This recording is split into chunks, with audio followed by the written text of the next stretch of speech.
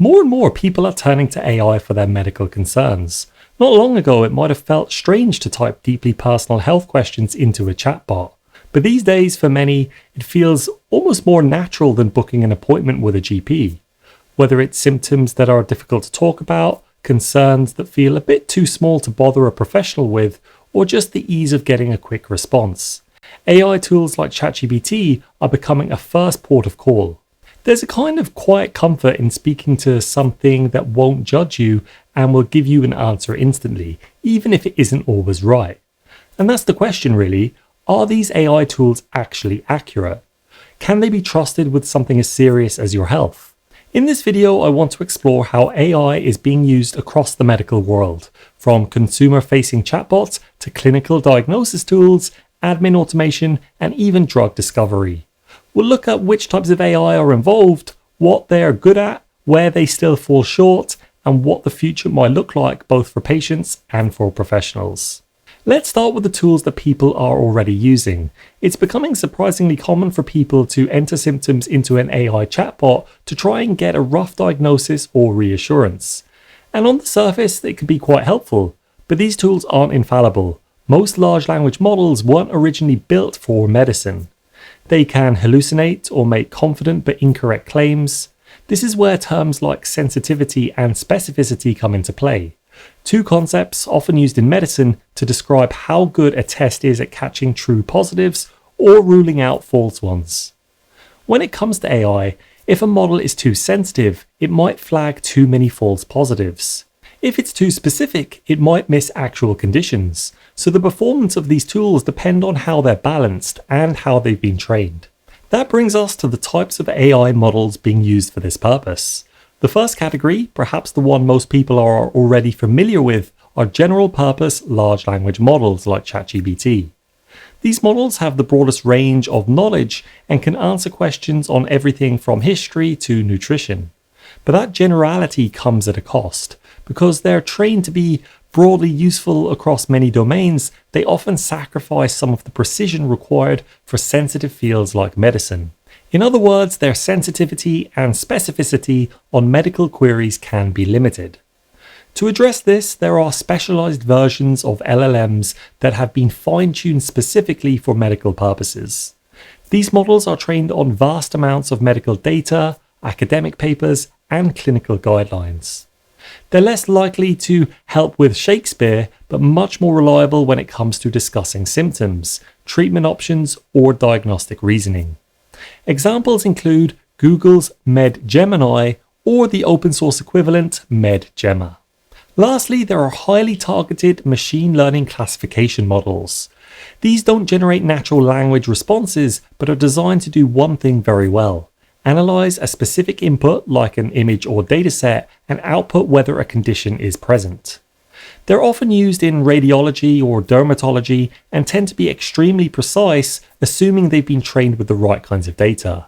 But their use is narrow and it doesn't involve explaining things conversationally like a normal LLM would.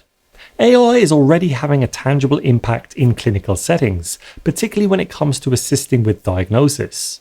One of its more established roles is in radiology, where models are used to scan and interpret medical images like X-rays and MRIs. These systems can highlight areas of concern, like potential fractures, tumors, or abnormalities that a human might overlook, especially in busy environments where fatigue can set in. They're also increasingly used now in triage systems, helping prioritize the most urgent cases. In many ways, it functions like a second opinion, never the final word, but an additional layer of scrutiny.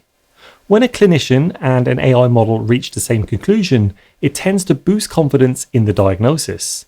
And when they don't, it prompts a more careful review. So it's not about replacing clinical judgment, but about sharpening it. The relationship is best thought of as a collaboration system, not substitution. So why is healthcare such a prime candidate for AI disruption? The short answer, because it's already overloaded. Doctors are stretched thin, administrative work is spiraling, and there's more data than any one person or team can realistically process.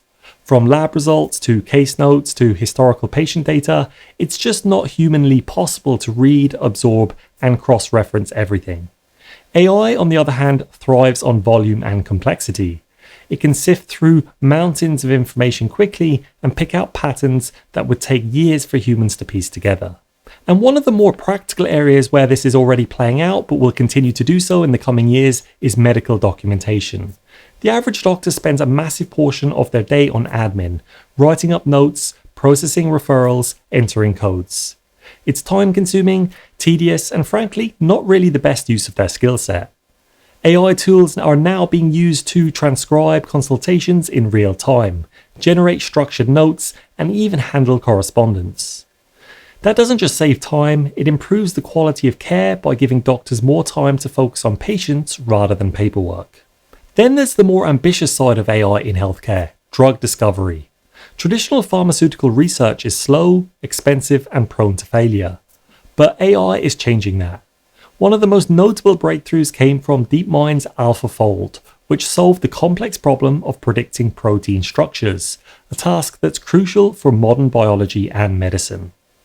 Proteins are essential to life. They are involved in virtually every biological process, from metabolism to immune response. Understanding their 3D structure is critical because the shape of a protein often determines its function. And once you know how protein folds, you can then begin to understand how it behaves, how it might go wrong in disease, and importantly, how you might design drugs that selectively target or influence its activity. What used to take years of painstaking lab work can now be modeled computationally in days.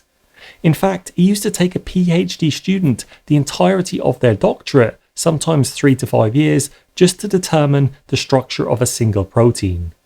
But now AlphaFold has changed that by predicting the structure of over 200 million proteins in a matter of months, essentially mapping out the building blocks of life on an unprecedented scale. With this knowledge, researchers can now design drugs that target specific proteins much more precisely, improving effectiveness and reducing side effects. Another promising development is the potential to democratize medical expertise. In under-resourced regions, AI tools can act as decision support systems, providing a layer of guidance that might otherwise be unavailable. This could help standardize care and reduce inequality. Of course, there are challenges. AI models are only as good as the data they're trained on. If that data reflects existing biases, those biases can be amplified. And if tools are trained on predominantly Western datasets, their performance might suffer in other populations. There are also ethical and legal questions that haven't been fully worked out yet. Who's responsible if an AI tool gives the wrong advice?